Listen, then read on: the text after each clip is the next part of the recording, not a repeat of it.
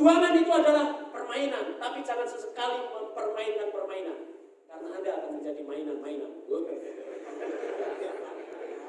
Filosofis. Ekonomi solidaritas, demokrasi, ekonomi memiliki peranan penting. Jadi pandemi ini, ekonomi gotong royong ini penting.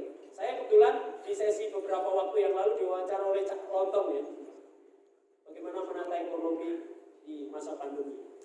Nah, jelaskan bahwa ekonomi gotong royong, ekonomi kekeluargaan itulah yang benar. Hari ini kenapa ada pemecatan buruh? Karena sistem ekonomi gotong royong, sistem ekonomi koperasi tidak bekerja.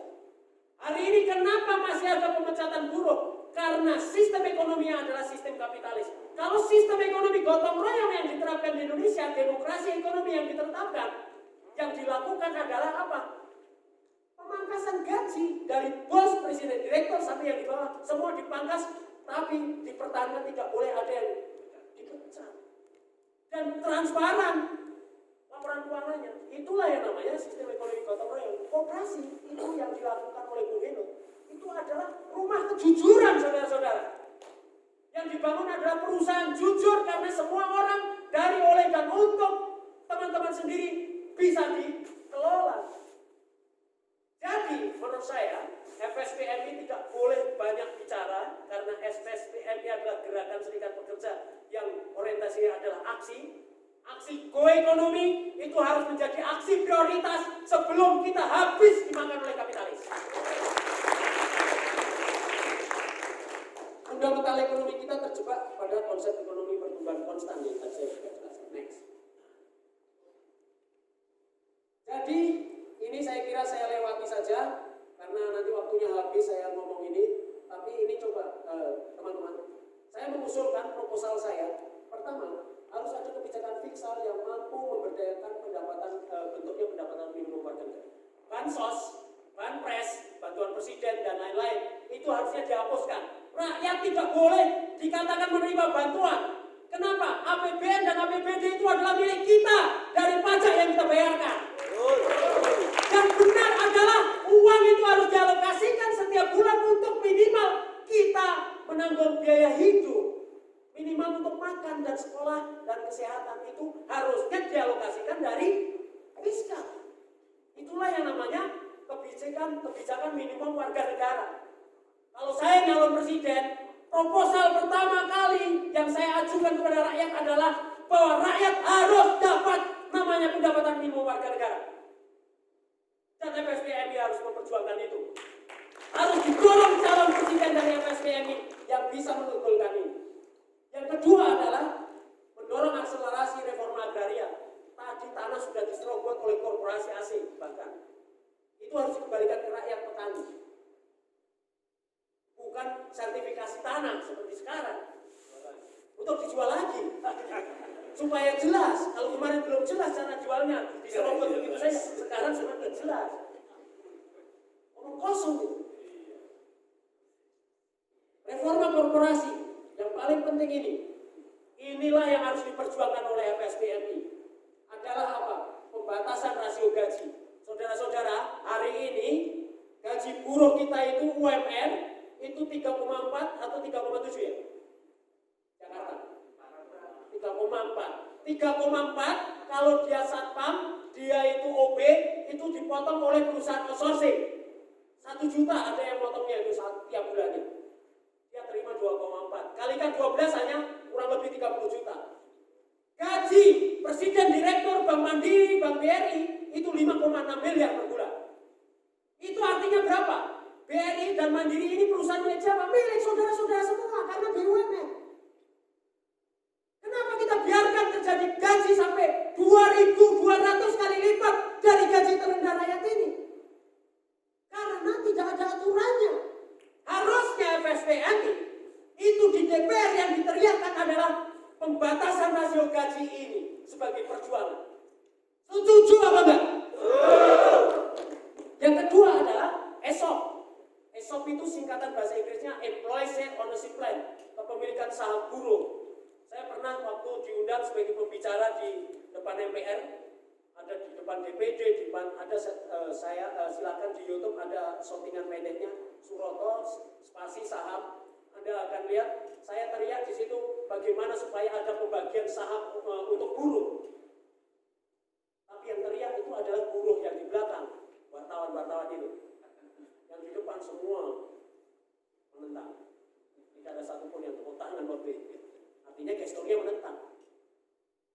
Di Amerika yang kita tuduh kapitalis, saudara-saudara, itu 50 tahun yang lalu punya undang-undang namanya Undang-Undang ESOP, Undang-Undang Kepemilikan Saham Buruh. Jadi buruh yang bekerja, yang menciptakan keuntungan itu harus dikasih saham. Supaya apa? Ada rasa tanggung jawab, ada harapan masa depan hidupnya. Bukan hanya dari gaji. Di Indonesia, gaji aja sudah dipres. Boro-boro kepemilikan saham buruh. Tapi ini harus jadi undang-undang, saudara-saudara. Di negara manapun yang menerapkan ESOP itu harus jadi undang-undang. Maka suarakan melalui wakil Anda di DPR, MPR untuk melakukan apa? Pengusulan undang-undang kepemilikan saham. Jangan hanya ngomongin kenaikan gaji. Gaji Anda naik, inflasi, bubar. Saya udah hitung 3 tahun sebelum pandemi. Itu yang namanya daya beli masyarakat itu jatuh 8%. 8% artinya nilai kenaikan gaji kita itu dibandingkan dengan harga-harga umum itu lebih buruk dalam 3 tahun terakhir. Ditambah lagi pandemi lebih parah. Yang ketiga adalah kooperatisasi BUMN. Listrik di Amerika yang saya tujukan sebagai negara kapitalis, di sana itu dimiliki pelanggan. Di Indonesia itu ada 80 juta rakyat pelanggan PLN. Kita hanya minta satu, kalau FSTNI mau memperjuangkan dan go publik untuk kepentingan rakyat, itu tolong perjuangkan yang namanya PLN itu dikoperasikan. Setuju nggak? Supaya kita tahu bahwa yang namanya kong kali kong di PLN dengan berbagai kontraknya itu terbongkar. Kenapa? Karena Anda punya hak voting langsung.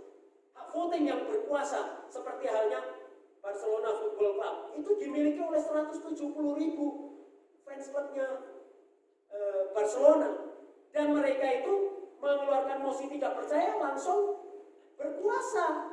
20% mosi tidak percaya itu tanda tangan, langsung presidennya itu bisa jatuh. Dan itu bukan mosi tidak percaya kepada presiden yang saya lihat di sosmed seperti di Indonesia.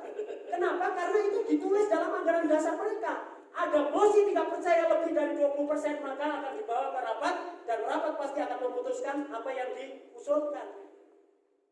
Rakyat Indonesia tidak punya kuasa apa-apa terhadap PLN dan BUMN ini. Kenapa? Karena diwakili oleh pemerintah. Pemerintah terserah dia mau memilih siapa presiden direkturnya, siapa komisarisnya. Nah, saya malah dituduh, Suroto kamu teriak seperti itu karena kamu tidak dipilih jadi komisaris. Ya bisa jadi. Tapi saya akan bangga kalau FSBNI ikut memperjuangkan kooperativisasi BUMN. Ini juga terjadi pelecehan di Undang-Undang Dasar. Kita itu jelas bangun perusahaan yang sesuai dengan demokrasi ekonomi ialah kooperasi. Tapi kenapa BUMN itu di Undang-Undang BUMN itu disebutkan bahwa yang namanya kooperasi itu hanya tempat menerima belas kasihan alias CSR, Corporate Social Responsibility Fund, atau dana santunan dari keuntungan BUMN. Ini kan melecehkan kooperasi. Di Amerika yang kapitalis saja bisa jadi badan hukum. Coba kalau 80 juta rakyat Anda ini pelanggan listrik semua. Kalau misalnya itu dimiliki oleh pelanggan, akhir tahun dapat SHU, mau dikasih tarif berapapun setuju atau setuju? Setuju. Karena apa? Kita tahu siapa presiden direkturnya, kita juga ikut milih. Yang paling cocok adalah operasikan dulu PLN, nanti yang BUMN lain menyusul. Mendorong munculnya operasi generasi baru atau operasi multi pihak yang dimiliki oleh banyak orang. Jadi buruh di dunia itu gerakannya itu membangun koperasi itu pertama dikembangkan oleh buruh melalui koperasi pekerja. Tapi sekarang itu sudah berkembang luas seperti di Singapura misalnya. Itu trade union itu mendirikan yang namanya atau serikat pekerja itu mendirikan yang namanya koperasi NTUC Fair Price. Terus kemudian sekarang sudah bisa dimiliki oleh warga seluruh Singapura dengan cara mendaftar. Saya ada mungkin 10 kalian datang ke sana. Itu awalnya adalah hanya toko kecil seperti yang didirikan oleh Bung Henut ini. Tapi spiritnya, semangatnya adalah semangat perlawan terhadap korporat kapital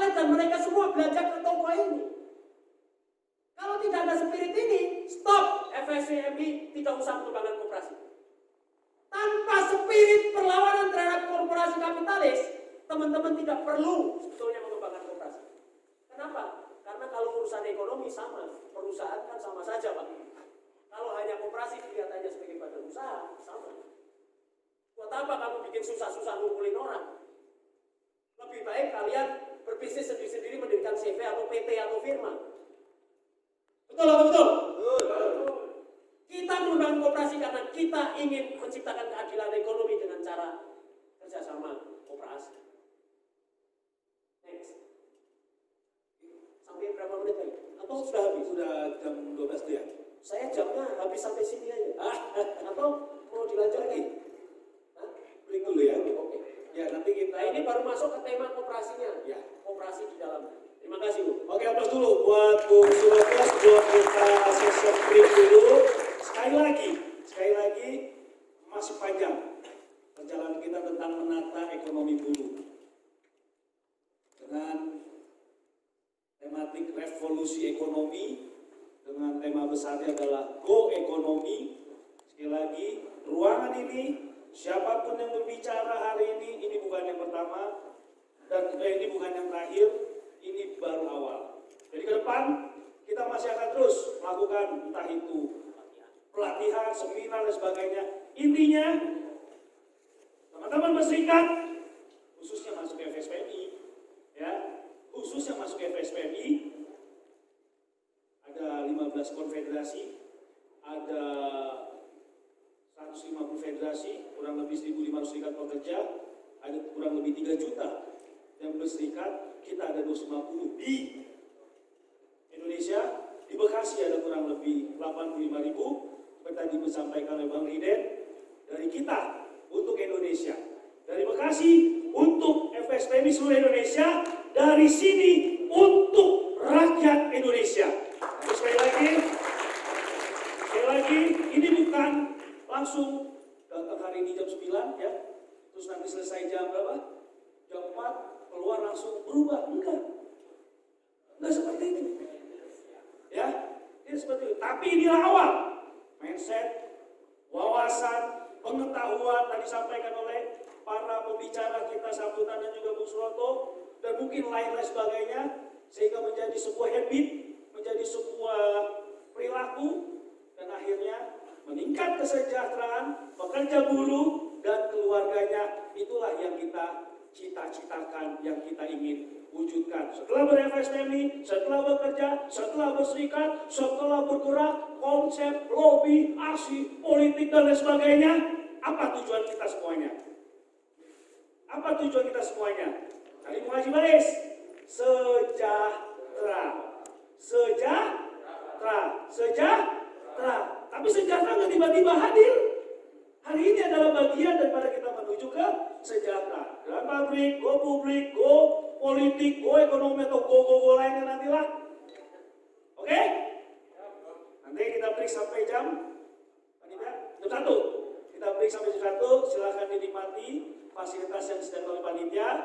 Kita break dulu. Sekali lagi, aplaus buat kita semuanya.